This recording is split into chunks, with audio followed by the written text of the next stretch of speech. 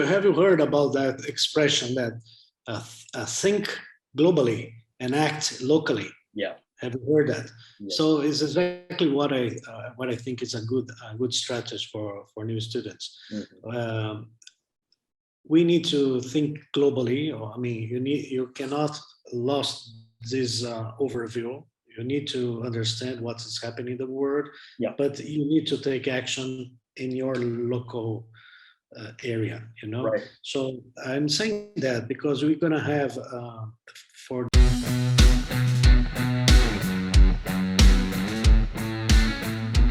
Hey everyone, and welcome back to the Sporting Global podcast. And today I'm here with Michel. And Michel, how's life doing? How's 2022 treating you so far?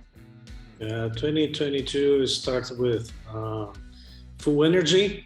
We are very excited to what we can do this year, especially with our events. Right. And we are happy to share this experience with you. Well, it's going to be a lot of fun diving a little bit into, of course, your role and a little bit of the upcoming events that is happening as well. And before we sort of I guess diving more into the core of FISO and the World Obstacle Federation, I wanted to just take us a little bit back to how your journey started in the sport industry. Just lay it a little bit out, so people get an essence of where it all started and where you are today. Well, I always play sports, especially tennis, volleyball, squash, and running. Yeah. But my career didn't go to that way. I choose another path. I become a kind of expert in management of shopping centers in Brazil. Actually, I developed 70 shopping centers in Brazil. That's and awesome. Helping 100 companies to develop their business for shopping centers and retail. But sport was always clicking here, right. A kind of passion. It's cliche, but it's true. Yeah. It's my passion. It will always be. And I decided with my wife to change from Brazil. I am Brazilian. We decided together to move to Switzerland to pursue this dream to work for a sport industry. And then I came to Lausanne to do a master's degree at AISTS. It's a sport administration and technology master's. Right. And it's a very famous one. And I thought that it would be the best way to get into the industry. Right. Especially because I didn't know anyone from the sport industry. I have a strong background. I think I have transferable skills that could be very useful for sports, but I didn't know anyone. So I thought the best way was studying. And I think actually I did that strategy before. It's not my first master, it's my third master's. So I did it before in Brazil, I did it in Australia, and now in Switzerland. So it's always worked like this. When you start to study, you can meet people, you can know about the business, you can start to connect friends and colleagues and be part of a community. So we decided to do that, and we moved to Switzerland. My wife, my son, 4 years old, and myself. And we are here. Actually, I don't live in Lausanne. I live in Bern, is the Swiss capital. Yeah. And I live here because part of my plan was, before come here, we decided that in order to settle in Switzerland, we should find a job for my wife. Yeah. She's a fashion designer. But we found, and she got a job in the Argentina embassy here in Bern. That's why we live in Bern. So she works for the embassy, and I start my journey in sports doing my master's. Yes.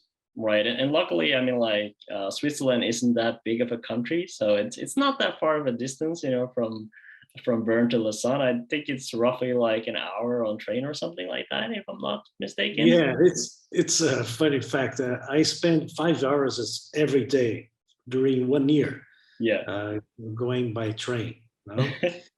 And people said to me, wow, it's too much. You're going to be tired. And I just remember that I came from Sao Paulo. Yeah.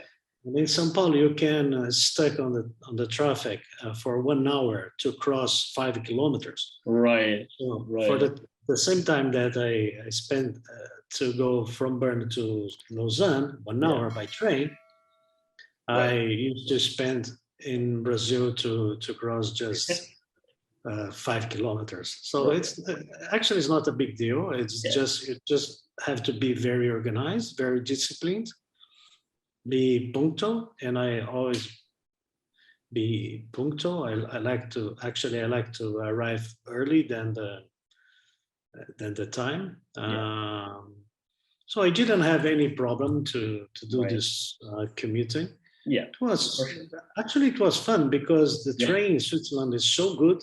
And you can study, you can not to sleep because I don't like to sleep, but you can study, you can do some research, you can just enjoy the landscape. Right. It's amazing. Actually, it's amazing when you are arriving in Lausanne and you can see all the Lake Leman is incredible. It reminds me a lot of Norway, So I remember when I was traveling there in 2017 on like a research business trip for Sporting Global, like pre-Sporting Global, kind of like leading up to it. And I was visiting, Lausanne, Bern, and Zurich, and just like taking the train, from every place, being there a little bit and just, enjoying the view, the landscape. I mean, like it's amazing. And I guess like quite different as well from your Sao Paulo, in Brazil. Yeah, totally different, actually.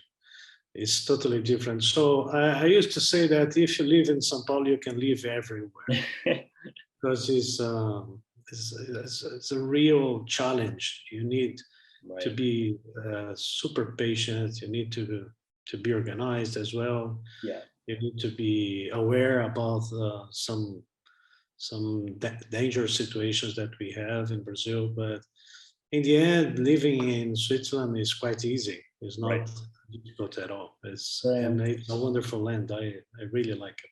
It's a good country, and I'm glad you and your family, have been able to adapt, so well as well. Getting the jobs for your wife as well. It's not always easy, coming abroad and taking that kind of big challenge. But I wanted to just touch upon something that you said as well, which I think is very key about sort of like figuring out the model of what works in terms of going into an industry, right? So you said like, well, you maybe have, the skills, the transferable, skills and knowledge, but you don't have the network or the sort of like, community around you. So sort of like going back to school and building that foundation again has been a very proven model. But I think it's also very important that, obviously, that you showcase that, okay, that's a very successful, step for people. But again, like for a lot of young people, it's like, oh, I'm going to school and then I'm gonna, get a job as like, Real Madrid, Barcelona, whatever like big club, and they're gonna like go straight to the top, right? And they think that's gonna happen just by them sitting in school, doing their stuff. But you have to put yourself out there, and you have to like, be proactive. And I guess like, what are some of the things that you did in order to kind of like, be proactive, putting yourself out there, and that obviously leading to your job, with World Obstacle and FISO? Well, I think that the key element here is definitely networking. Mm-hmm. I used to say that if you go to a new city, and I can say that properly because I lived in 47 houses, 14 cities, and seven countries. Wow. So I start my life over again many times. So it's always the same way, the same strategy, because it's the way that people behave. For example, if you are in a new city, you want to go to a barber shop. What do? You go around and see what you like on the streets? Of course not. You ask for a friend. You ask for a friend. If they have some some knowledge if you can appoint it or indicate a good professional. Right. It's the same for everything. Yeah. We behave like this. Human beings are aggregate people. We like each other. We like to share. We like to help. We like to create this sense of community. So Right. in order to do that, you definitely need networking. Yeah. 100%. And in my case was especially challenging because I am 40. When I arrived here, I was 43 years old, and I had a previous career, without modesty, a very successful career in Brazil, at least. Right. And I kind of to do this. To pivot my career, I need to give up of everything. So I sold everything that I create in 20 years. Right. In order to be here. It's not easy. No, for Not sure. at all. It's much difficult than if you are young, because if you're young, you don't have family to Right. to be worried about. Second, you can survive with less money. Actually, you can try and you can make some mistakes, but in my age, you cannot make mistakes. Right. Well, you can, but I get it. It's gonna you should be more. It's gonna hurt. You should be more careful about your mistakes. So you need to plan better. Right. And actually, it's another country. It's not easy as well. Switzerland is a beautiful country, but it's a very peculiar country because they have a strong culture. They have some languages that is quite difficult, like German. Yeah. Actually, I'm studying German now, and so you need a little bit a bigger effort to make this change. No, for sure. I mean, like it's a big step, going to any new country, and as you were saying too, it's like, you're in a position with way more obligations and kind of like it's a different kind of approach that you definitely have to think about. But let's move a little bit forward to your job now, at the World Obstacle, and obviously you're the Deputy Secretary General. And what are some of your key responsibilities and tasks that you're doing there? Well, just after my master's, actually before to end my master's, right, I start to connect many people as I did before as well. Right. Before I start to study in this master's, I start to connect people, and I start to ask, and I start to offer my help as a volunteer for many events.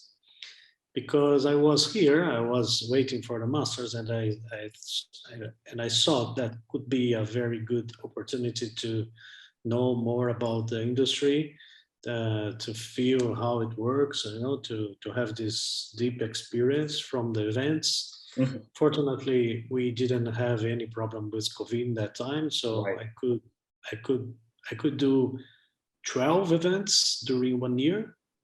Nice.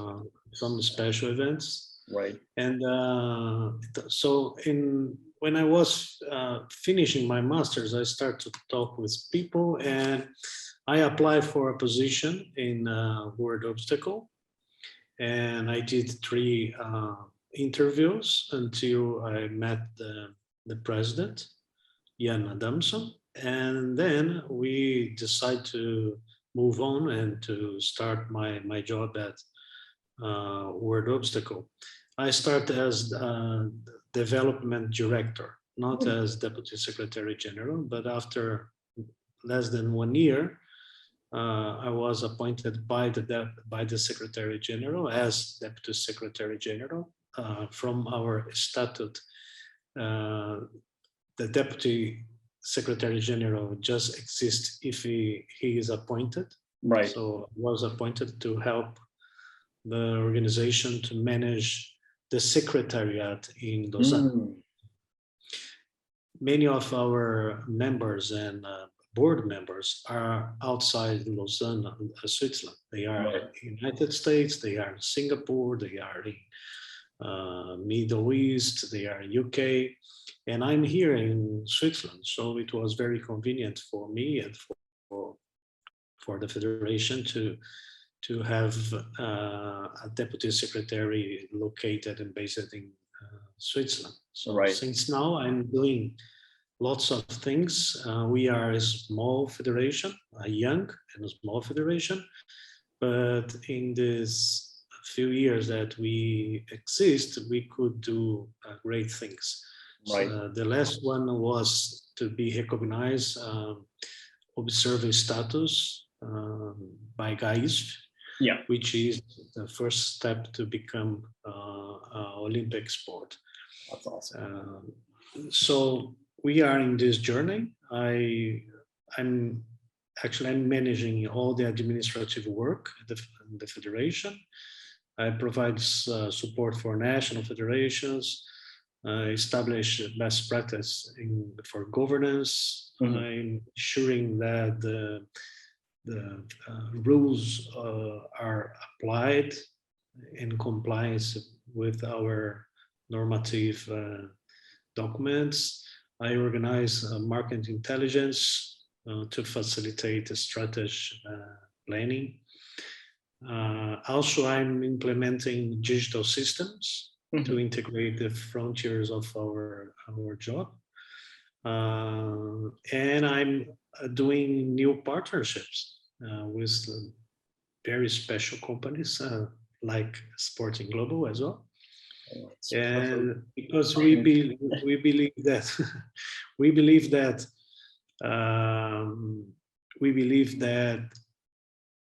this way, doing purposeful partnerships, we will grow our community, we will grow our networking, and we will grow together to reach our goals. Nobody can reach any goal alone, so we need help, and that's the idea behind the purpose of doing partnerships.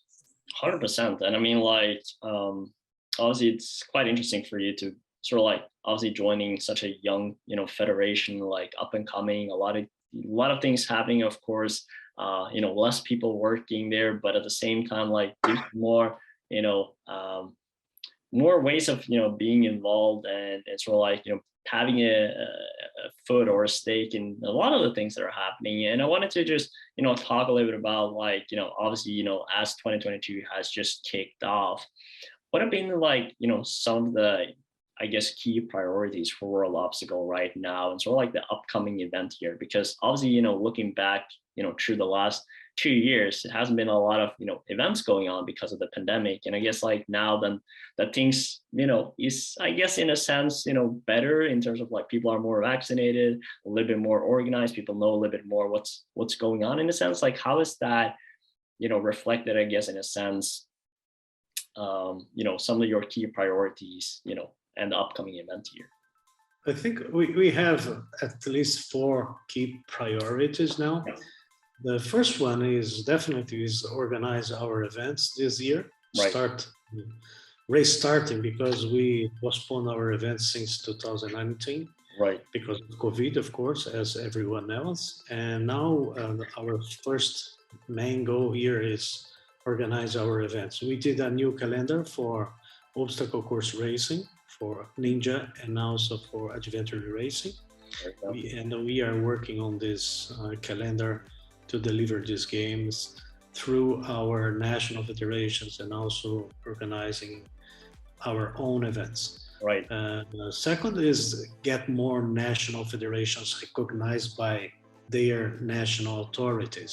That is important for us because in order to become a Olympic sport, you need to have a certain number of national federations recognized by their national authorities. Could be their national Olympic committees or could be their government departments. So we need to get more national federations, our members, recognized by those entities. Third, it is grow our community. We need to grow our community, grow the number of participants, grow the number of people that want to join us to make this dream come true. So we need to grow our community. To do that, we are supporting our national federations, including by the events. The events are definitely the best way to attract people, attract audience, attract new athletes and participants. Mm-hmm.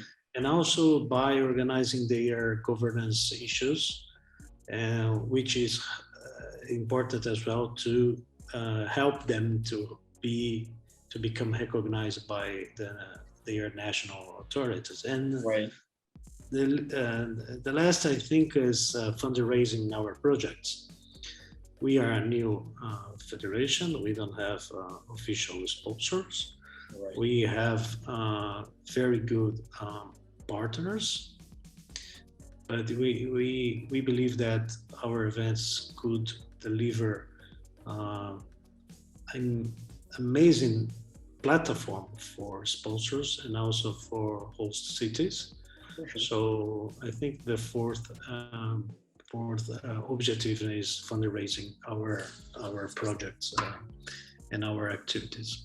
Right, and it makes total sense, and I think like it's must feel good a little bit for you as well to at least now kind of like, you know, getting that event aspect going again, you know, like planning those events, you know, hopefully fingers crossed, you know, no delays and no you know, cancellations, because I think it's been a frustrating time for everyone that is within the sport event industry and are doing that kind of thing. But I wanted to talk a little bit about, like, you know, some of these challenges that you have been having to overcome, you know, during the past year, and you know, bringing you into like 2022. Like, but I wanted to look at it both from like a personal standpoint, but also from a, you know, professional business standpoint. If you wanted to like separate, like, I guess in a sense, like what would have been like some of those challenges that you would had to overcome. And I know going a little bit, you know, personal here, but I think it's good for people to kind of, you know, that are tuning in and listening here to kind of like understand that there's, you know, there's always challenges, you know, both from a business and a personal standpoint, and the importance of, you know, solving those and overcoming that in a challenging time for a lot of people. I believe that everyone is facing this kind of problem now. It's how to adjust our new behaviors, right, to the needs that we're gonna have to get back to the normal life, right? Because now people used to work from home, mm-hmm. and then we need to go to the office again, but we're gonna do that every day, 2 days a week, 1 day a week. And about traveling as well. Do we need to travel a lot as we did before? So we need to travel to Singapore to have a meeting, or we can just have an online meeting as everyone is doing. I think the COVID in a certain way accelerates some solutions that we didn't believe that could work. And now we saw, and we did it work. We made it work. Yeah. Everyone is doing these online meetings. It's fine. It's okay. You can do from your house, wherever you want. Actually, you can do from the beaches, from pretty much everywhere. Everywhere. Yeah. It doesn't mean that you are losing your performance, but definitely, maybe I'm kind of old school. I like to interact with people like in person, because I think we can find common objectives easier mm-hmm. if we meet people. When you meet people, you can see in their eyes. You can establish a more connected relationship. It's important. We are human beings. We cannot forget that. And human beings are aggregate people. We, as I said, we like to stay together. Right. It's a lesson that I learned from retail. Yeah. Because I said about transfer skills, right? If you do Right. a parallel from retail to sports, we can find very similar situations. For example, customer experience in retail is the audience experiencing, spectator experiencing in a sport. If you Right. think about e-commerce, we think Yeah. about e-sport. If you think about venues, in shopping, shopping center is a venue. Right. It's a kind of Right. venue. So there's lots of similarities that you can leverage from it. And but the main, and I learned that we like to be together. Right. That's, so people said before that the shopping center will close the doors, all this kind of thing because of e-commerce. Actually didn't go in that way, Yeah. because we like to stay together. We like to Right. see people. We like, so I believe very deep that we have this challenge now, how to adjust our old behaviors to the new ones, Right. and how we can get some advantage from the new learnings that we had in this 2 last years. Actually, in a personal point of view, as I did a home office from since since It's been so long, since 2020, yes, everyone. Yeah. I kind of miss my little son. I think Right. I developed a very structured schedule here for me. So I have my time to spend with him, and I have my time to. Good. I think for me personally, if I have to get back to the office again, probably lose my wife's and my son company would be something challenging for me. Yes. Right. Right. It's you adapted to like that, being at least a lot closer to your family, right? Which is obviously, an extremely, um, good side of things, of like having that more, family time. But I think also you touch upon, something important in terms of, how people, um, kind of like, feel the need of being together, right? And obviously, having that sort of communication. And I think that brings up like a very valid point. Obviously, restaurants, like, shopping centers, like all this is hurting a lot because of the pandemic, right? Because, people are not going as much outside and spending, time and money, together Yeah. because of the challenging situation. But one sort of like, I guess, in a sense, that stage like is being, are becoming simplified and easier, right? In a sense, for people to have that. I think it is extremely critical to facilitate that, so people can kind of like go back to it, because it's been such an important stage. And maybe now more than ever, like that's going to be extremely critical for people. It's like having that opportunity again to like go out, like have a nice lunch together, like, spending time together at a shopping mall or whatever it is, like even going to the stadium, right? Of like watching an event or being there and present, right? Because I think we all in an aspect are missing a little bit that, going back to kind of like what you were saying of that community and I saying. think you're talking about be conscious about time. And one thing that I learned from this COVID, that we don't need to spend time on things that doesn't give any kind of advantage for us. For example, you Right. could remember these meetings, these 2 hours meetings, everyone talking, I don't know, nonsenses, you don't want to spend that time again. You don't want Right. it. So I think we become more efficient in terms of how we manage to meet people, how we handle with meetings and this kind of team works. Right. And we don't want to spend time on something that is not important, because if you spend time with that, you cannot have time to do what you want to do now, right? To stay with your family, to do your sports, to do your hobbies, whatever. So I think we become more efficient. Yeah. And it's a good thing. because I remember how many, and I was this kind of person that I complain about this 3 hours meeting, you know, talking about everything and 10 people in the same room. And I used to say, look, if you want to solve the problem, we need to get that. You know, let's do a plan. We share the plan and let's be active, be proactive and solve the problem, because talking, we don't solve any problem talking. And I think we learned that from this pandemic, because now you don't want to spend your time.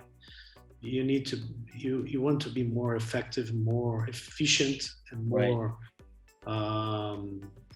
purposeful. So it's a good thing.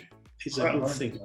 100%. And but I wanted to move a little bit forward to talking a little bit about students, young professionals, kind of like going into the industry, trying to find their pathway, like a little bit wants to work with the events. And I guess like from yours, like what are some of the events that World Obstacle is hosting during this year and in the future as well, that could be a good starting point for student or freshly graduated one that are looking to get their foot in the door, and perhaps a little bit thinking in the mind of like the situation we are in right now.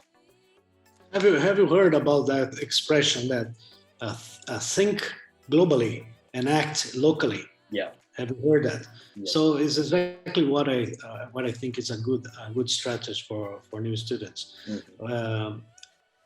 We need to think globally. I mean, you cannot lose this overview.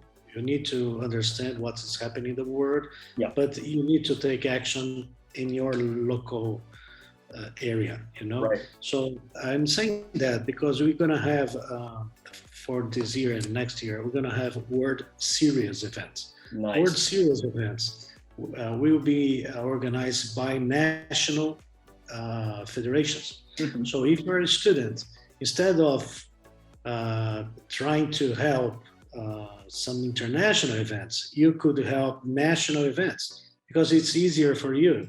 Right. If you are in UK, if you are in Norway, if you are in Brazil, if you are in the United States, instead of looking for the international events, you could look to the local events, mm-hmm. right? Yeah, national events. So at World Obstacle, we have this opportunity because we create this new calendar, mm-hmm. and it consists of World Series. The World Series should be organized by each national federation that we have. Right. We have kind of 100 national federations, and this event would be a qualification for the World Cup. Right. World Cup will be the event that the continental federations will organize. Mm-hmm. And then the World Cup will become the qualification for the World Cup finals. Right. Right. So I think if I were a student now, a real one, without a family in my back, I would start locally. I would start like doing national events. Right. You have lots of opportunities in a national level. You have national federations, many of them. You have the National Olympic Committee for many cities, for many countries. You have teams, you have clubs, you have leagues, you have so many organizations in a national level, much more than in an international level.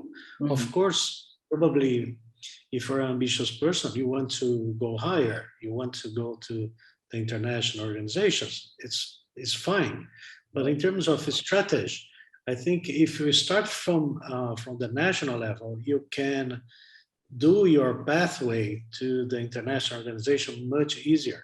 Actually, you're gonna get experience, you're gonna increase your networking, you're gonna have new opportunities in terms of activities, what you can do, what you can find out in terms of different roles, different tasks. Mm-hmm. So I would suggest to start from national level, So we're gonna have at World Obstacle gonna have this opportunity for with World Series for obstacle course racing, ninja, and also adventure racing.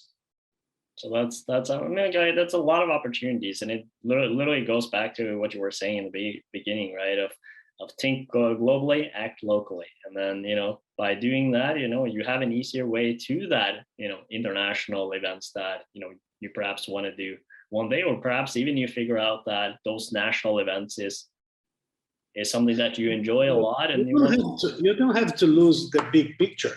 Right. I mean, you don't have to lose your final destination if you 100%. Want to, but you should start from the national level, definitely. 100%. We totally support that and building your way up. Actually, if I can share this, sure. Go ahead. Before World Obstacle, I started to work as a strategy advisor for the National Federation of Triathlon in Brazil. Nice. And I'm doing this job since then. Yeah. So I'm telling what I did actually, because I was in Switzerland. I could start in an international organization, sure. But I thought, okay, I'm Brazilian, I'm here, right? And maybe a Brazilian organization could leverage from my knowledge now and right. From my position now. So I offered my work for some national federations until I got this opportunity with triathlon, and it has been fantastic experience. They are doing so well. For example, I developed their strategy planning for 2028. Nice. A new one. We got fantastic results in governance. So in 1 year, we went from a score at 3.5 to 8.2. Wow. There is some governance programs in Brazil that is developed by the National Olympic Committee. Yeah. And we are among the 3 best organizations in governance in the small cap. Mm-hmm. We are among the 11 best organizations, the whole sport industry in Brazil. Wow. So it's fantastic because it's a national federation. Actually, in Brazil, they call confederation because they call the regional federations. And in Brazil, it's a little bit different. Regional federations or local federations, mm-hmm. Confederation, then the international federation. Right. So they are doing great, and I'm very pleased to help them. And I'm very involved, very committed with their strategic objectives. And I'm splitting my time between World Obstacle and the Triathlon Brazil. Well, first of all, congrats on that. That's a massive, boost as well, and really cool to see, and it's for people to know, right? Like you can help out, from any place in the world, just understand. And I can help them from Switzerland. I don't need to be in Brazil right. Because we learn how to work. Right. Remotely, right? Especially now, more than ever, it's definitely a way of thinking globally and acting, locally, as you were saying. It's definitely the one thing people need to take away from this podcast. Finally, I just wanted to ask you, just, obviously beside kind of the thinking globally, act locally, perspective, what kind of tips do you have for students, looking for a career in sports? What are some of key things you would bring up before we wrap up? Yeah, I think the first one would be volunteering. Mm-hmm. Definitely volunteering. If you're a student, maybe you need some money, but let's assume that you don't need too much money because you're living with your family or you have your family support. So definitely I would, even if you need money, it doesn't matter, because volunteering is a key element for sports. Yeah. So it's a way to start your career. So is doing volunteering. as I said, I did 12 volunteering jobs.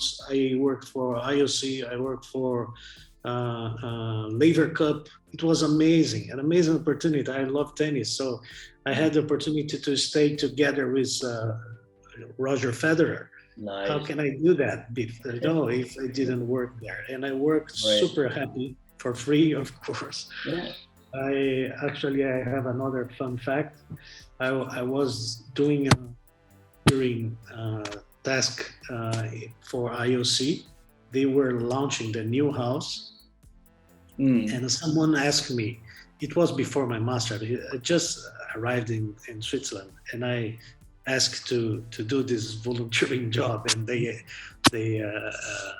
agreed, and I started to do. And it was when the IOC launched a new house, and they asked me if I could help inside of the building, and I didn't know what for, and I was there, and someone asked me, please, could you give the scissor for Thomas Bach to cut the ribbon? Right. The ribbon. And wow, it's amazing, right? It's nothing that as a professional you would be grateful, because it didn't give any kind of recognition or money or whatever. Right. But I was there in the middle of the new house launching event, and I didn't give the scissor for Thomas Bach. I gave the scissor for the president of Helvetica Confederation. I did the scissor for the president of Switzerland. Yeah. And it was an amazing experience in terms of volunteering. Right. So definitely I would suggest to do volunteering. Second, I think it's about relationship, but it's not based on asking for. It's not basing on taking. It's basing on giving. Right. I think it's a very important suggestion that I could offer now is, instead of asking for people or trying to meet new people, to reach out to people, asking about something like, I want to develop my career, I want to have experience, I want to learn, you're behaving like a children when you do that. Right. You need to offer first.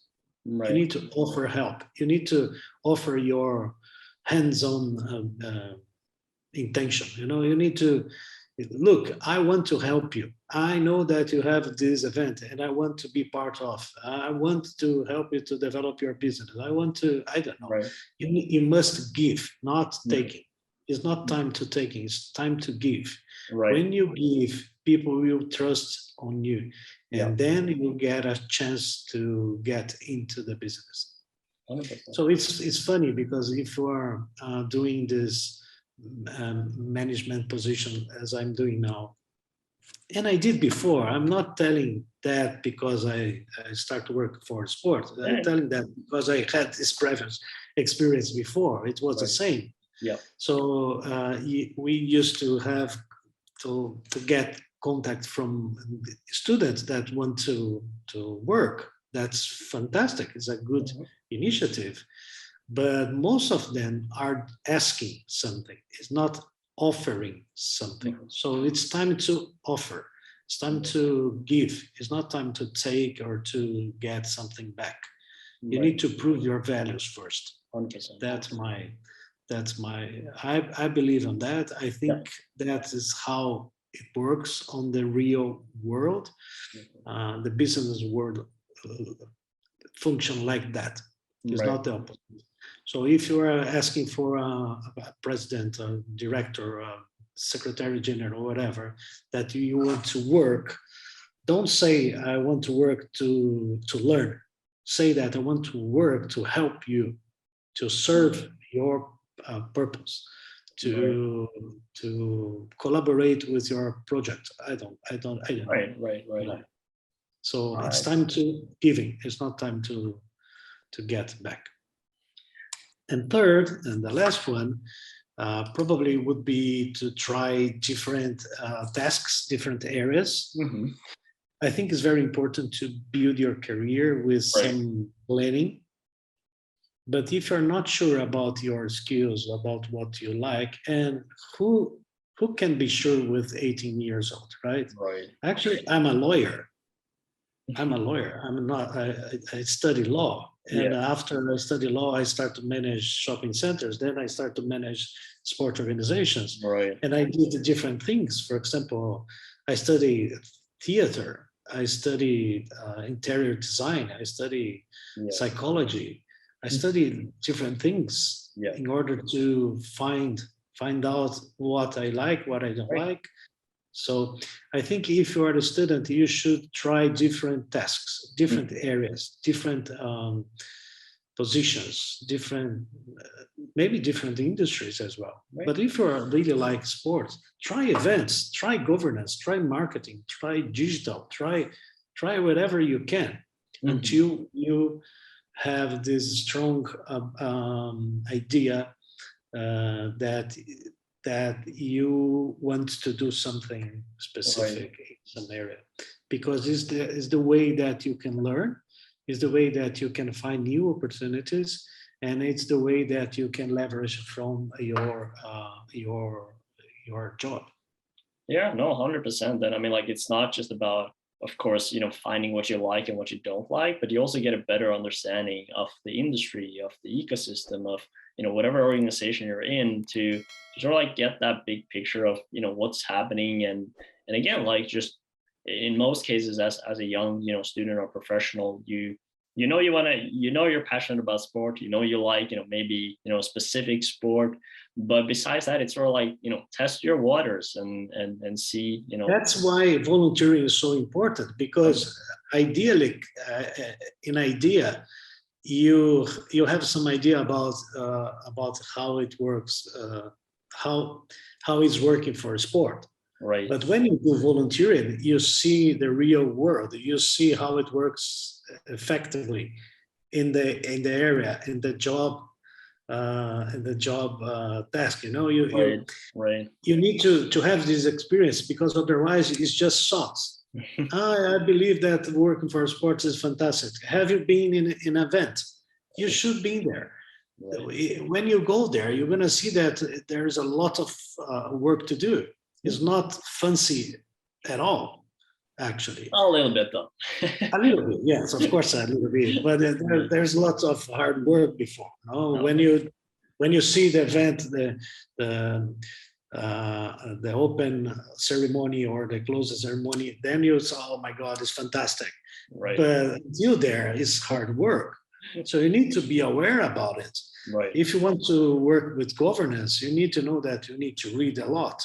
You need to write, you need to understand about law, about statutes, about this kind of structures. So it's not easy at all. If you want to work in social media, okay, I'm gonna post something. No, it's not good to post something. You need to prepare everything.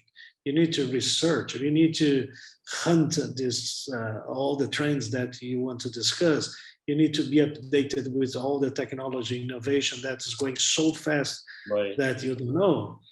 Yeah. So it's you need to have this real experience instead of being just thinking about it. Absolutely. Well, with that, Michel, I'd like to thank you, so much for taking the time, and for sharing your story, your insights, your tips, and I think if there's one thing people should take from this, it's the feeling, think globally and act locally. It's great advice. Yeah. And I want to finalize just saying that there is no success without sharing. We need to share. We are human beings, and human beings by nature share with each other. So thank you very much, Oli, for this opportunity. You are doing great with Sporting Global. I really like your work and the high purpose that you have to help the community, especially students, to get the first job, to get the right